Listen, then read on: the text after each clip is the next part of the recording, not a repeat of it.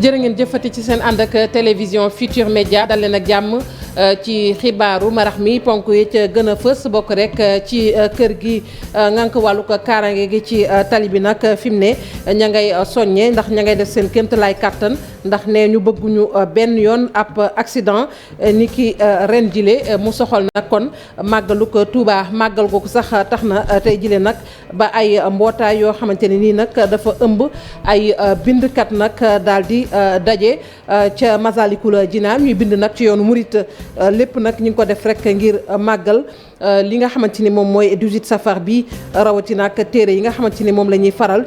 di bind xew-xew boobu nag ñu def ko lépp nag daal di koy jagleel mbindum Cheikhul Khadima ñu wax ci leneen muy nag jëwriñ yi nga xamante ni moom la ñu gàll lépp lu soxol njënd ak njaay ma ngay yëgle nag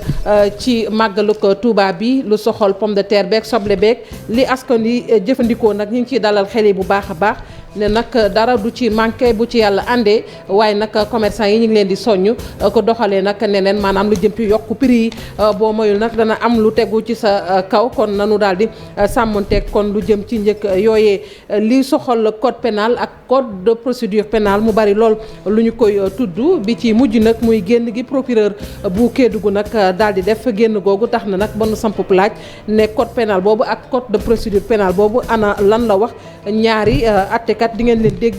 ci biir xibaar yi ak reportage bi ñu ko jagleel mbënn mi nag moo waral nag ñu daal di def taxaw seetlu ci Ndakaaru bu njëkkoon bu ñu ko waxee rek wàllu assainissement moom dafa nekkoon lu fi am doole waaye léegi si li ñu seetlu mooy daanaka mënoo gis ab gox bu mbënn mi sonalul ci nawet bi moo waral nag ñu ne loolu lan la bâtiment yi naka noonu it tabax bi nga xamante ne ñu ngi koy tabax ci kaw rek zone ci kaw maanaam fi nga xamante ne fi la ndox mi war a jaar ñu fay tabax loolu yëpp dafay indi ay jafe-jafe mbokk yi jàppale ni Elisabeth II daal dinay dëddu àdduna moom buurub Angleterre Elisabeth II juróom-ñaar fukki at nag nekk na ko ci buurug Angleterre tey ji nag mu daal di wuy ji boromam ci alxames ji ca këram nga xamante ne moo nekk fa ñu naan Balmoral nekk ca Écosse monarque bi maanaam jiite woon na lu toll ci kon fukki nation ak juróom moom Elisabeth II di ngeen ko gis ci biir xibaar yi mbokki ponk yaa ngi ni bu ngeen taaxee la tuuti ñu faram-fàccee xibaar yi.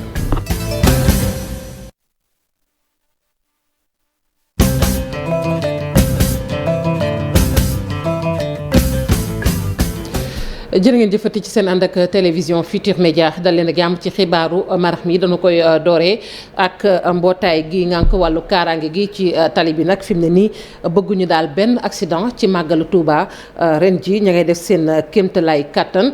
kii jiite nag kër googu di directeur général ba ay kàddu la yu mu yëkkati ca diwaanuk njaareem googu sax ñu seetlu ni daanaka accident yi fa lay ëppee ci jamonoy màggal ñu ànd ceek Babacar Diouf ci leeral. dañ ko ràññee ci accident yu bari yi nga xam ne ñu ngi fiy xew wante li ko gën a feeñal mooy accident yi nga xam ne dañ fiy am te di faat bakkan. Diourbel mu ko tombeek nag weyu màggal te Diourbel dafa am solo ci xeex bi parce que booy xool accident mortel yi boo jëlee téeméer bu ne xëy na juróom benn fukk yi mi ngi nekk ci national 1 bi ci corridor Dakar Bamako bi jaaraale Diourbel jëm Touba. sensibilisation bi nag dañ koy toftaleeg ay lim yoo xam ne nii dañ koy jëlee ci li nga xam ne mooy accident yi am ci Sénégal agence nationale de la sécurité routière ne dina ci xar tànku tuwee. On va travailler en étroite collaboration avec le commandement territorial qui va désormais centraliser les statistiques d'accidents de leur région qu'il transfère officiellement à la NASER. Nous travaillons sur une application avec donc un interfaçage avec les différents services pour avoir en temps réel donc le renseignement donc de la base de données des accidents. accident yooyu nag mën nañoo wàññeeku ci jamono yi ñu jëm ndaxte code de la route bu bees bi ñu tëgg am na sanction yoo xam ne ni yu diis la yu ñu teg ci ñi nga xam ne ñooy dawal oto. ñu daan si poche nit ki daan yu am solo waaye daan ci wàllum kaso ku nga xam ni dawal na oto maanaam te amul permis de conduire maanaam kooku délit la ku nga xam ne yaa ngi def activité ba nga xam ne du sa activité de transport te waroo ko def kooku tamit délit la. sanction yi dana dem 5 ans 2 ans ba 5 ans de prison ferme dem amande yi dina dem ba 5 millions. Màggalu Touba ay bés rek a ci des agence nationale pour la sécurité routière di wër réew mi di sensibiliser askan bi pour ñu mën a dem ca Touba te kenn du ci ñàkk bakkanam ci accident. ma ngoog Touba googee sax nag ña ngi cay dalal xel yi bu baax a baax Babacar Diouf ndax lu soxal li askan way soxla ci màggal gi moo xam sobleek pomme de terre ak lu mu ci mën a doon ñu soxla ko ci màggal gi jëwriñ ji ñu gàll wàllu njënd mi ak njaay mi nee na nag lépp kon dana daal di mat ci kaw loolu it moom jëwriñ ji di sàkku rek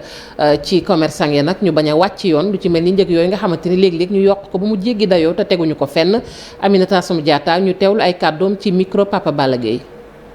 ngeen ni mission bi njëkk bu ñu dénk ministère du commerce moom mooy fexe ba ci marché bi ñu fekk fa produit yu ñu soxla kon tey bu ñu ñëwee ci marché bi gis ci quantité yi ñu gis ci marché bi dafay dalal suñu xel ndax ci lundi ba la ñu jógee def nañu benn réunion ak commerçant yi waa Touba ak yi nekk Dakar pour wàccaay màggal bi donc mu amoon ay jafe-jafe yu ñu foo signalé woon mu am tamit ay mesures yoo xamante ne jël nañ ko mesures yooyu nag mu bokkoon ci pomme de terre importée bi nekk par exemple ci port bi ñu bàyyi ko mu dugg si bu ko defee bu ñu am benn problème donc démb rek bu ñuy def suñu évaluation ñu ngi nekkoon si 750 tonnes boo xamante ne jóge woon na Dakar di ñëw fii ci Touba donc ñëw nañu tey aussi constaté gis ni wax dëgg yàlla commerçant yi ci seen bopp wax nañ ni produit bi mu ngi ci marché bi et que amuñu benn jafe-jafe te prix yi tamit mu ngi nekk prix yoo xamante ne yu acceptable. produit yëpp ci fu mu toll nii doy na muy su produit surtout yi nga xamante ne moo nekkoon problème fan yële moo nekkoon oignon bi. oignon bi am nañ lu tolloo 25000 tonnes boo xamante ne mu ngi ci fii Sénégal donc boo xoolee ci pour màggal bi liñ ci soxla mu ngi nekk 3000 tonnes donc am nañu quantité bu doy te commerçant yi ñu ngi dem jëndi et donc amul benn jafe-jafe en tout cas ministère du commerce mu ngi nekk toujours seen wet képp ku ci mëntul am jafe-jafe rek ñu gunge la ba nga xamante ne li nga soxla dina mën a agsi. matuwaay bi ci njëkk parce que suñu beneen mission bi justement moom mooy fexe ba njëg yi aussi yomb donc suñu mission bi bu njëkk mooy fexe ba marché bi déjà mu nekk bien approvisionné ndax bu produit bëriyee ci marché bi rek prix du yokk maintenant ñi nga xamante ne yokku nañu prix te mu nekk ci produit yoo xamante ne fixé nañu seen prix dañuy sanction bi dana gën a métti te loolu service yi vraiment doggu nañu ci képp koo xamante ne wàcc nga yoon ci lu jëm ci prix yi sanction bi nga xamante ne moom lañ lay teg dina nekk sanction bu diis. mbootaay gi njaboote ñi bind ci yoonu murit nag tey ña nga woon ca Masalikul Jinaan ngir nag màggal 18 safar bi di waajal màggalu Touba bi foofee lépp nag fi mu ne nii ñu ngi ko daal di jagleel bisu tey ji ci téere ak mbindi Cheikhul Khadim mu nekk nag kon xew-xew boo xamante ne guléet ñu ngi koy doog di amal ca Masalikul Jinaan Moussa Mané Alioune Diagne. association almouridiya daldi nañ amal benn ndaje ca Masalikul Jinaan ngir waxtaane ay mbindu Serigne Touba ay bindkat yu bari teewe woon bis bi lépp aaju ci ay téere. li ñu fi tax a teew mooy rafetlu initiative boo xam ne suñu mbokk di suñuy xarit Serigne Babacar Xuma jiite ko ñu créé association des écrivains de la Mouridiya fas yéene xamle lan la intellectuelu réew mi ak biti réew bind ci Serigne bi. bind ko ci suñu réew bind ko ci l'islam en général. dañoo bëgg gën a fonk téere ndax ku tedd ki Cheikh Ahmadou Bamba suñu référence dafa mosoon fonk téere dégg ngeen ñuy wax ne bind na 7 tonnes 500 cela veut dire donc kooku fonk téere la alors ku mel noonu nag boo ko amee muy sa référence muy sa sëriñ def li mu def ci histoire u Sénégal ci histoire adduna bi rafet na ñu toog ba léegi xëy na sax xawoon na yeex waaye ñu xalaat ne gën a jëmmal téere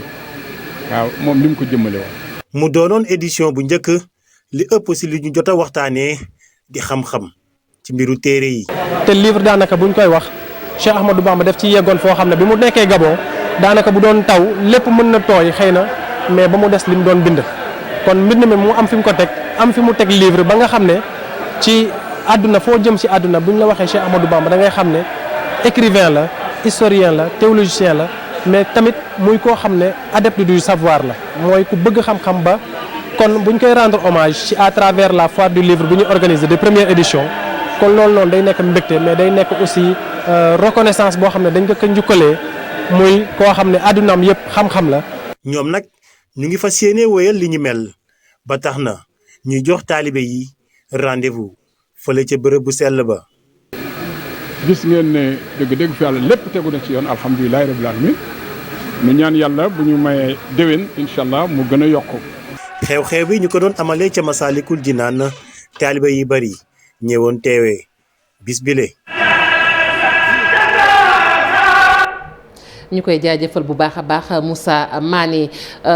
procédure pénale mbaa boog code de procédure pénale bari na lool nag lu ñu koy tudd ci réew mi te ñu ci bari nag xamuñu sax dëgg-dëgg lu mu wund moo waral nag ñaari avocat à la cour daal di ci yey yàbbi li waral sax nag télévision Futurs Médias def ci ak taxaw seetlu mooy procureur ba nekk ci Kédougou wax jamu wax nag gannaaw Doura Diallo moomu ñàkkoon bakkanam ñoom ñaari avocat yooyu nag ñu ngi wax sañ-sañ bi nga xamante ne ak doole bi nga xamante ne jox nañu ko procureur waaye léeg-léeg dañu ci ëppal ñu jàppit ni am na ay yeesal yoo xamante ne defoon nañu ko ci wàllu code pénal ak code de procédure pénale waaye ba nëgëni nag dañu koo desee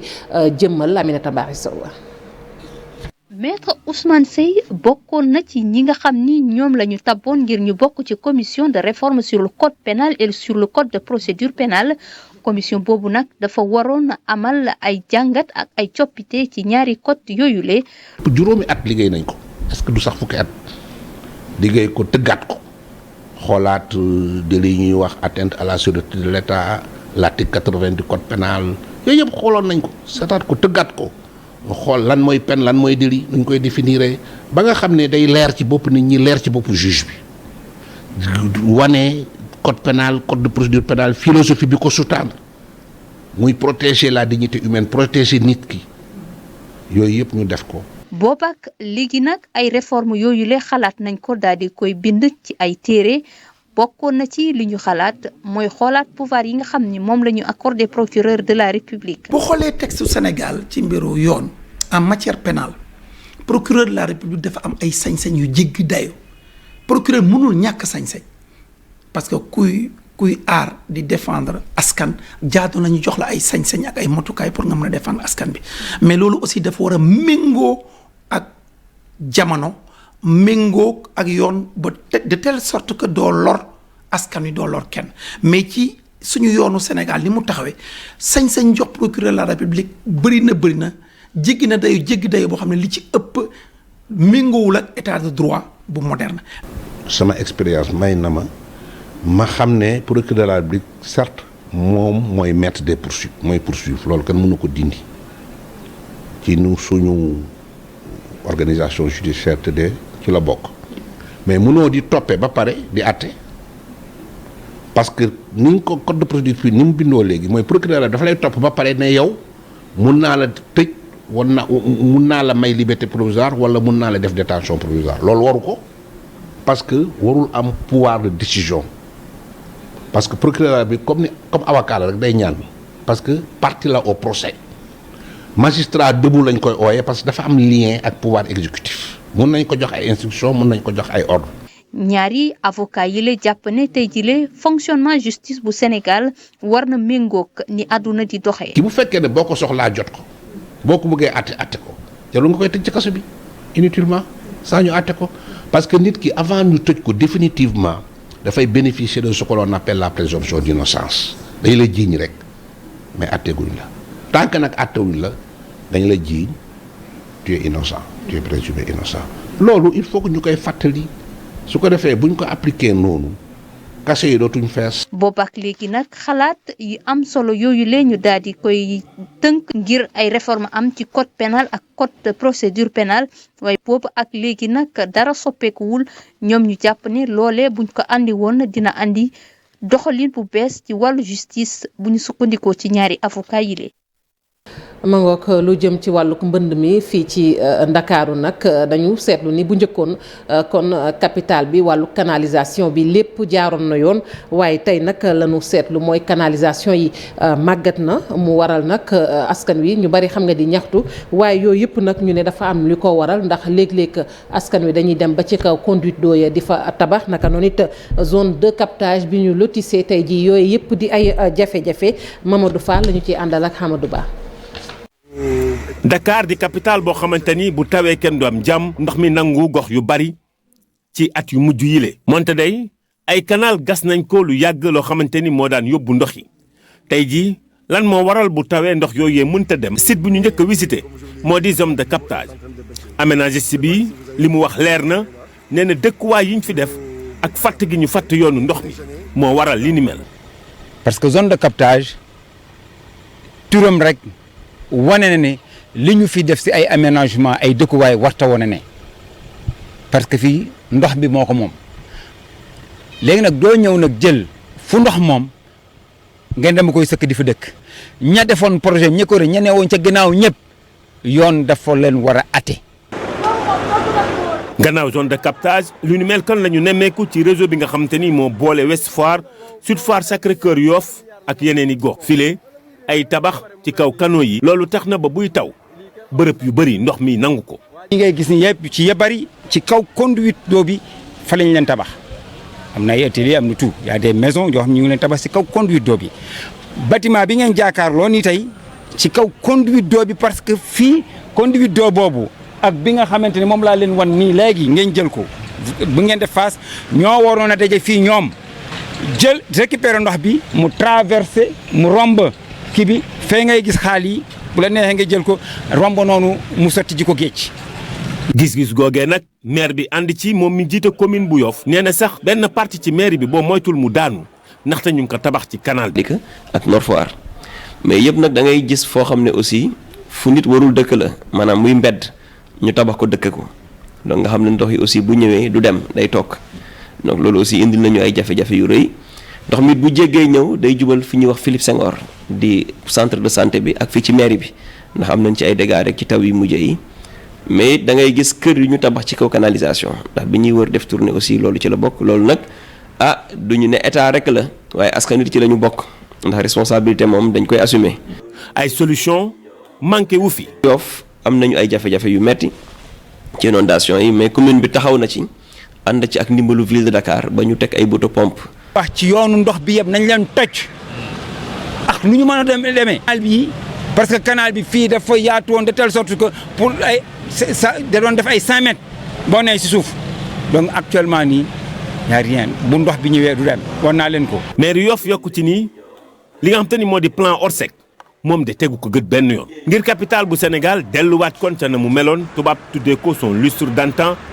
faaw rek kon ñu tabaxaat li nga xam te ni ñoo di sites yi nga xam te ni ñoom la ñu jagleel yoonu ndox yi taw yi surtout. loolee nag ñu ne état rek am moyen ngir def ko. Mamadou Fall lu jëm ci ndox yi taw yooyu nag askan wa yeewoo ci cité des eaux ñoom ñi ngay yuuxu ndax nee ñu su nawet ñëwee rek dañuy jànkuwanteel ay jafe-jafe yu metti duñu am sax nag fu nu dëgg tànk ngir mën a dox seen i soxla ñu teewlu ñenn ca ñoom ci micro Moussa Mané. li ko waral mooy li nga xam moom ngeen filmé loolu noonu moom moo ko waral ndoxu boucher bi nga xam ne dafay refoulé ci biir koñ bi mënul évacuer correctement tali bu bees lañ nekk tali boobu noonu AGEROUTE ak Matière Sénégal ñoom ñoo war a defar pont bi fii nii ci axe bi ñoom ñoo ko sous-traité déjà nu mu tudd defar nañ tali bi baaxul assainissement bi baaxul fi nga xam ne foofu noonu la war a verser ci kaw tali bi foofu noonu màbb na léegi entre AGEROUTE Matière Sénégal ak ONAS ñi nga xam ne ñoom ñoo yor wàllu assainissement ils sont en train de se renvoyer la balle bu nu woowee ñii ñu ne ñu ñëral bu nu woowee ñii ñu ne ñëral ku nekk def ñu jox rendez-vous bu ñu ñëwee fii yenn saa ñu envoyé kenn mu ñëw xool après ñu dem depuis longtemps nu mu tuddee ñu ngi ci biir situation bii nii di ko dund en plus tali bii nii nga xam ne defar nañ ko tali bi au lieu nu mu tuddee di ndoxu taw bi bu ñëwee dem verser ci tali bi ndox mi retour lay defaat ci biir koñ problème assainissement un problème crucial nag fi mu toll nii nag sonn nañu nag damm nañu dee nañu soit dañu ñëw ñu régler problème mënuñu régler problème à notre manière non pompe bi lii pompe ville de Dakar la waa ville de Dakar ñoom ñoo ñu ko jox ñun ñoo koy dawal ñoo ci def suñu carburant ñoo koy dépanner bu amee problème ñoo ci fanaan ñoo ci yendu amatuñu lenn lu ñu def loo xam ne pompe bi moo jël suñu occupation yëpp donc nu mu tuddati boobu ba tey ñu ngi seetaan waa ONAS nu mu tuddati pourtant déclenché na plan Orsec au delà de affaire canalisation bi nu mu tuddati ñun dañuy mën parce que bu tawee nu mu tuddati fii dafay fees del ndox bi jóge ci kaw Liberté 6 jóge ci Bourguiba bi di ñëw jóge fii ni nu mu tuddati ba boor EMC bi dafay defat retour ci biir koñ bi lay versé wu ndox bi day yéeg à un niveau insoupçonné dugg ci biir muy askan wa yeewoo ca cité des eaux Pekes ma nga ca département bu Tivaouane foofee nag jotee ci ndox mu sell doon na ay jafe-jafe daanaka ñaar fukki dëkk ak ñeent ya fa nekk yëpp ña nga cay jafe-jafe ca commune bu Niakhène Pekes jàpp Mérina Dakhar ñu ne nag la fa nekkoon daal di leen xettali loolee tey booy xool mënatul maanaam forage ba mënatul taxawu askan wa li ci gën a metti sax ndaw ya newoon foofu di yëngu ci mbayum dërma dañoo mujj gàddaay wutali feneen ndax ñàkkum ndox Cheikh Anta Diop Sey Latir. forage bi mi ngi nekk ci dëkk bu ñuy wax Léyeen nekk ci Pekes daanaka ñaar fukki dëkk ak ñeent lay nàndal. ndax fii Luxembourg mënu ko joxoon fii ñaar fukki dëkk ak ñeent ñoo moom lii forage bii muy commune Niakhène commune Pekes commune Mérina Dakhar ñoo ko seq. Cekkeen ci la bokk Njandaate Kuujaan ñetti Kuujaan Farbot Mbaylaar Ngéy Léyeen yi mu ñaari Léyeen ci la ñuy naan. askan wi de fii nee nañ sonn nañu ndaxte mënatuñoo amam ndox mi jotewul dëkk yi te it facture yi nga xamante ni moom la leen waa Aquatec di indil de facture yu jéggi dayo la. branchement sociaux boo def tey jii yaa ngi fay 109 800 te boole wutu kay dem ba Tivaouane dem ba Thiès dellusiwaat ndax ñun dañoo wëlbati ko gonfale suñuy facture ndax boobu fanweer la ñuy fay ak ñaar fukk ak juróom tey dem nañ ba 250. munoo taxaw am ci semence am ci engrais bëgg a fay ndox desal dara jeunes yëpp dem nañu noonu mbayum dër dañ koy def mais fii mënatoo liggéey ñii ngi dem ci gaal yi ñii des nañ ci gaal yi ñii seen i bokk fi mu ne naqar. Babacar Mbaye miy jógee dëkk bii ñuy wax Njandaate moom mu xamal ne forage bi de bi ñu ko joxee repreneur bu yees ba léegi de amatuñu jàmm. am dool ñëw fi ndax ki am dool dëgg-dëgg day teg dundu ren ba déwén ci amu fi ak waa teg na dem bàyyi ñu suñu forage. Kiné Fall mi yor kàddu jigéen ñi nee na ndox mi de melokaan bi doy na waar. fi mu nekk na mënuñu koo xelli guddi naan ndax salte leer waa kër ga dama koy du ci soo taaj ko ba mu am lu mat ñaari minute ma door koo segg. ñoom sax nee nañ xamal nañu ko nag sous-préfet bu arrondissement bu Mérina Dakhar ba ñu ngi xaar nag mu indi ciy pexe ngir saafara jafe-jafe yi nga xamante ni ñaar fukki dëkk ak ñeent yi wër forage bi am nañu ko. jërëjëf Cheikh Anta Diop Agatha Cornezer nag mi ngi fii ci Ndakaaru mooy première dame bu Pologne première dame bu Sénégal Marième Faye Sall daal dina koy rek kon daal dina koy teeru waaye tamit dalal ko ca palais de la République palais googu nag mu amal fa moom Marième Faye Sall nag ab exposition lépp nag ngir mën a jaay sunu caada waaye gën a mën a wane Sénégal dañ ci ànd ak Cheikh Diop. ay pagne tissé ay bubu yoo xamante ni ñu ngi ko wékk ak itam ay coffre en cuir yeneen i produits yoo xamante ni fii la fekk baax ci réew bu Sénégal ci kanamuk première dame polonaise artisan yi lee di jëmmal li nga xam ne nag moom moo di seen ak xarañteef. président polonais bi nga xam ne moom moo excellence moom moo ñëw gane si dëkk bi bu ko defee ñun suñu première dame Marième Faye Sall moom moo ñu invité ci exposition bi pour ñu ñëw wane suñuy liggéey wan ka ñi nga xam ne ñooy gan yi. moo xam poterie la moo xam naat yi sunu Saint-Louisien yi nekk jama di produire moo xam mbubb yi nga xam ni moom la sunu jigéen yu baax yi daan sol yooyu yëpp ñu génne ko mu doon ay valeurs culturelles ak ay valeurs artisanales u Sénégal tey loolu la ñu boole vraiment exposé ko fii. wane li nga xam ne nag moom la ñu mën def kéem kattan itam ba rek fépp fu waay bayoo nga mën a xam li ñuy amal ci réew bu Sénégal. heure boo génnee Sénégal rek war nga bàyyi xel ne yaa ngi représenté sa dëkk te loolu dafa am solo bu ko defee sa liggéey da nga koy faral di góorgóorlu mu faram fàcc ko mu set wicc defar ko noo xamante ne doo nee rek da ngay yóbbu ko jaay sa bopp am sa xaalis da ngay bàyyi xel ne ki nga représenté dëkk bi nga jógee ak fa nga bokk boo yeggee nga wane nu mu gën a rafetee nu mu gën a nekkee qualité. à travers les salon yeeg foire internationale ak nationale yi. ñun li ñuy ñaw ñun lépp la ñuy ñaw donc la ngay jëndee extérieur mu gën a cher vraiment mën nga ko fekk sa dëkk. seetlu nañ ni sénégalais yi seen bopp ñu ci bëri ñoo ngi doog a xam wala ñoo ngi commencé xam njëriñu consommer local ak di mën a équiper seen kër yi ci mobilier boo xam ne fii lañ ko defee. ndax mooy gën a dëgër te moom tamit mooy gën a wane suñu culture.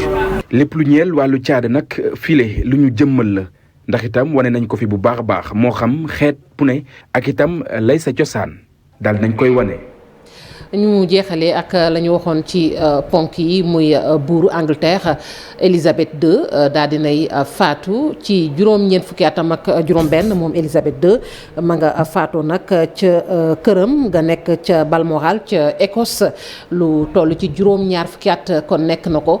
ci buur ba foofee ca Angleterre doomam jooju nag di Prince Charles tey nag dana fanaanook yaayam ci guddik tey ji muy guddi gi mujj gu muy nekk ak yaayam bu ca noppee nag moom moo ko fas yéene wutu ca foofee mu toogoon ci fàttali rek kon drapeau ba danañ ko daal di wàccee diirug fukki fan foofee ca Angleterre. mbokk yi fii la ñuy jeexalee xibaaru marax mi sant leen gërëm leen yéen ñi farewoon ci machine bi ak ñi jàpp ci xibaar yi ba mu sotti léegi xibaar yi ci nasaraan